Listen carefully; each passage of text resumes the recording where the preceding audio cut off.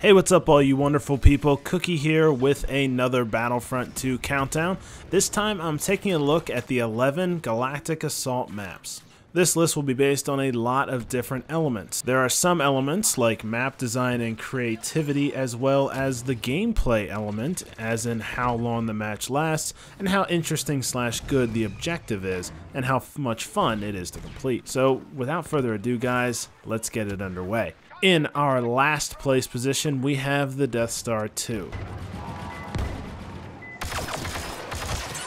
First off, the Death Star 2 is bad in almost every way.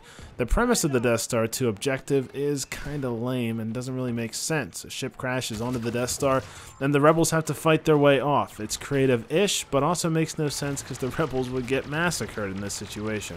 All that being said, the gameplay is also pretty bad, considering that you will often get stuck on the first phase and the match will end early. Even if it goes to the end, it's still a fairly short match, not to mention the map itself is just a rehashed Death Star 1, but way less cool. The only distinguishable thing from the movies about the inside of Death Star 2 was the Emperor's throne room in Return of the Jedi, and that's not even there. So it's just not good. In at number 10, there's Adana. Watch out! Adana is another map that just isn't that creative and also is generally a very short match. Adana is mostly just fighting in the forest with only Maz's castle to show any sort of creativity to an otherwise relatively basic map. Most of the time the match will end before it really starts at the very first phase, but even if you are lucky enough to get through all 3 phases, it can still be a very quick and unfulfilling game. The air battle is also disappointing considering the First Order doesn't even get to join the air battle until Phase 2, which like I just mentioned, doesn't happen all the time. And considering how epic the Force Awakens air battle at Adana was, this one just falls completely flat. Coming in at number 9, it is another Force Awakens map with Starkiller Base.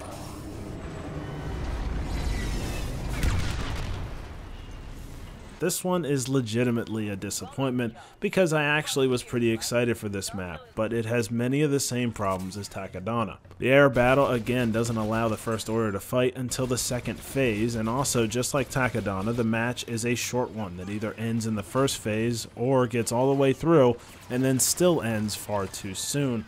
Also, the inside of Starkiller Base just feels surprisingly stale and repetitive. Although the Easter eggs like the Rey's torture room are a nice touch, it's just overall not as good as it could and should be. Next up is Endor. Rebels have their weapons. Withdraw and prepare to defend. Endor does have some positives, like its creative setup of having rebels stealing an AT-AT, or the fact that it has the potential to be a long, fulfilling match. Even the nighttime effect of Endor is a nice touch. However, this map also has some downfalls. One downfall is that it will often end in the first phase, which really makes the whole thing a huge downer because nothing in the battle will actually happen.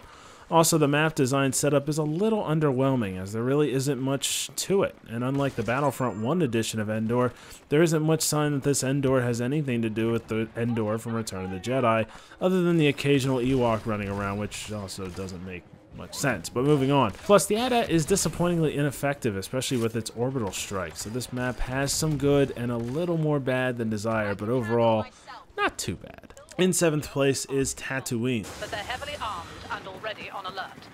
Rebel Alliance forces are trying to evacuate our targets. This map has a shortness problem like a lot of other maps. The first phase can easily be the last phase, and the whole thing just doesn't last long enough. The air battles tend to be pretty pointless on this map as well, although at least the open setting gives the ships some purpose because they can shoot infantry, but that's about it. The real positive of this map is the look and the feel of it. It is a great recopy of the Mos Eisley we all know and love from the movies. The atmosphere of the location is really felt in this game. It's just a fun place to play, especially with a lot of small Easter eggs to find along the way. If only the matches would echo the epicness of the map itself. If only. Another desert map comes in at number 6, and it is Jakku.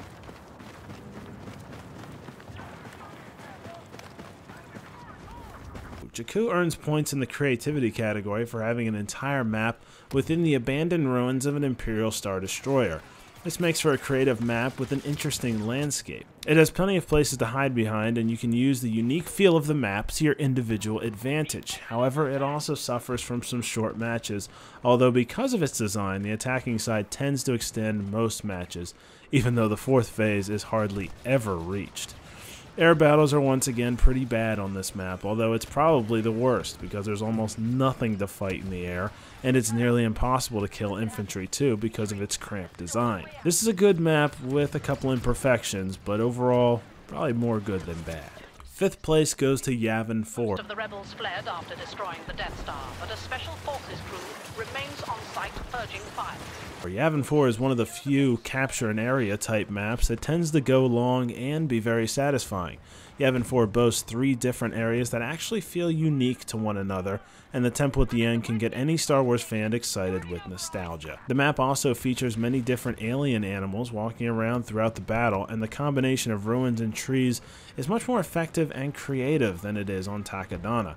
There aren't a whole lot of negatives to this map. It's usually a fun, interesting match every time with some fairly unique objectives, and that's why it ranks so high on this list. Number 4 is Kamino.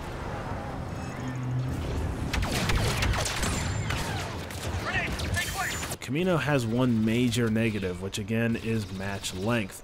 Often this map will end super early, however, if that doesn't happen, you're in for a fun time because this may be the very best map when it comes to creativity and design. Every map in this game is graphically excellent and beautiful, but there seems to be a little something extra to this map. The interior and exterior on this map are just stunning and creative. Unlike other Battlefront 2 interior maps, it doesn't feel repetitive or stale.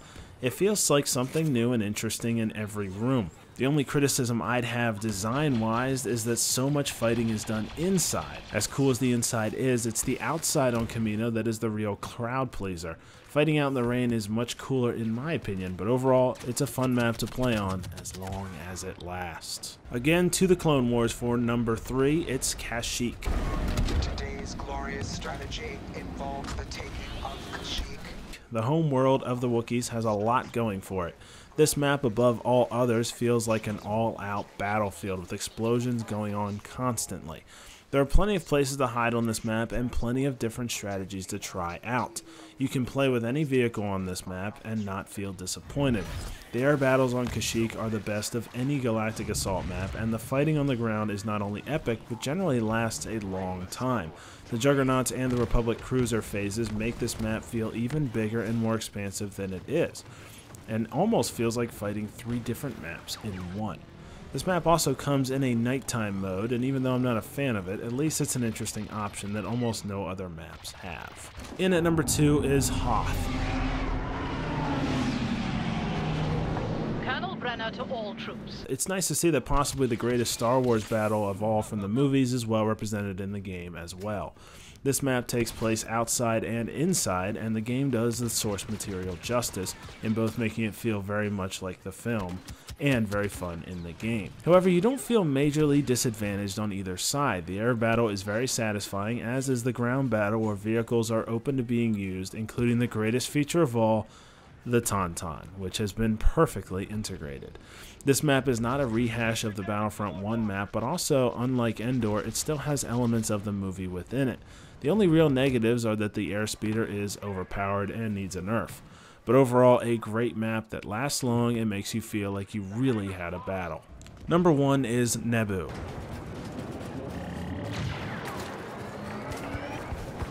The MTT is in position. Clear the area of clone resistance. EA picked a good map to showcase in both the alpha and beta for Galactic Assault. The map has it all: air battles, all vehicles, plenty of unique map designs, outside battling, inside battling, long satisfying matches, and when the MTT shoots the doors of the palace down, tell me it still doesn't give you goosebumps. This map really encompasses everything good about this game and shows what ultimately the game is capable of. It is actually what a Star Wars battle should feel like, and that is why it tops this list. So what do you guys think? Did I get anything right? Did I get everything wrong? Let us know in the comments below and join the conversation. Tell us what your favorite map is and tell us what future Battlefront 2 countdowns you would like to see. As always, smash that like button, subscribe if you haven't, support us on Patreon, watch another video, we got plenty, and above all, have a good one, guys. We'll see you next time. Your defeat is inevitable. I warn you not to underestimate my powers.